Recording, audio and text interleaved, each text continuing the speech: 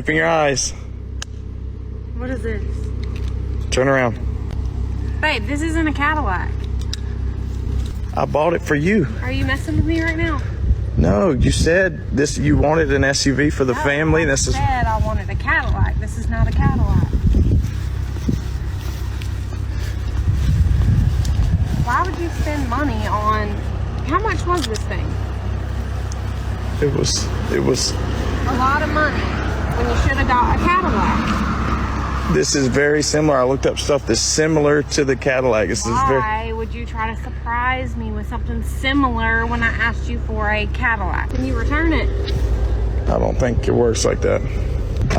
It's paid for. Like it's. I mean, it's pretty, but it's not a Cadillac. I just wanted a Cadillac. That's what I asked. That's kind of a weird attitude for getting a new car. I mean, at least you can be actually surprised or just happy that you got a car that you didn't have before. Women have been raised to be selfish. Why does a woman feel like it's okay for a man to take her out to eat, and the next time they go out to eat, she doesn't feel like she needs to take him out and pay for the meal? You just got me something today on my birthday. Tomorrow was your birthday, and I didn't get you anything. Would you feel some type of way? Yeah, I would. What is a parasite? Somebody who takes, and doesn't give. That's what most women are, and they're okay with that. I would never, as a man, whether it's with a dude, whether it's with a woman, ever feel okay with them giving me more than I give back. Because I got character. I was raised like that. Did you just say that you don't like challenges? When it comes to dating, no, I don't. Okay, I think you're just self-admitting and not being an alpha, because that's what makes some relationships more exciting and for the guys to keep pursuing, because if it was safe and stable, it kind of gets boring. No. That's how girls. Okay, first off, we're talking about dating. I absolutely engage in challenging things when it comes to my business, when it comes to all that. I'm not shying away from challenge. When it comes to dating, again, Proverbs 21:19, better to live in a desert than with a quarrelsome and nagging wife. I don't want my partner to be a challenge. I don't want to date a fence-sitter chick. I don't want to date a girl who's playing hard to get, because if you play hard to get, you quickly become hard to want. 100% true. Everything that is hard to get, it's hard to even want. Imagine if I'm gonna buy you a gift or just do a loving gesture. The problem is that you always want the chase. You always want to slip away and make things seem difficult than they are, because you want the chase. You want to chase me how much I care about you. Nobody can have the patience to play those games.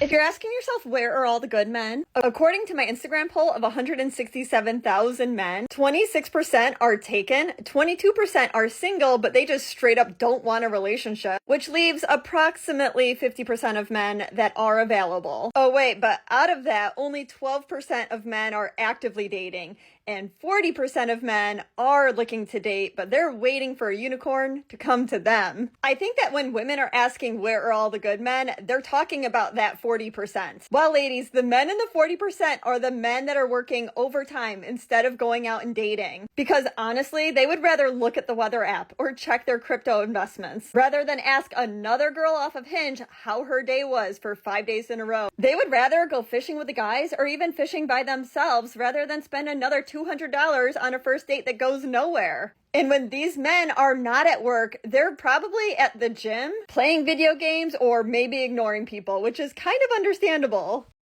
Imagine 40% of men just want to work all day, go to gym, play video games, eat, rest, maybe go watch with friends. That is it. Everybody's tired of these relationships and the woman demanding everything, giving absolutely nothing. What's your age? My age is 22. Are you single? I'm single right now, yeah. So why'd your last relationship end? Too toxic, too abusive. On your end or on hers? On her end. How did she abuse you?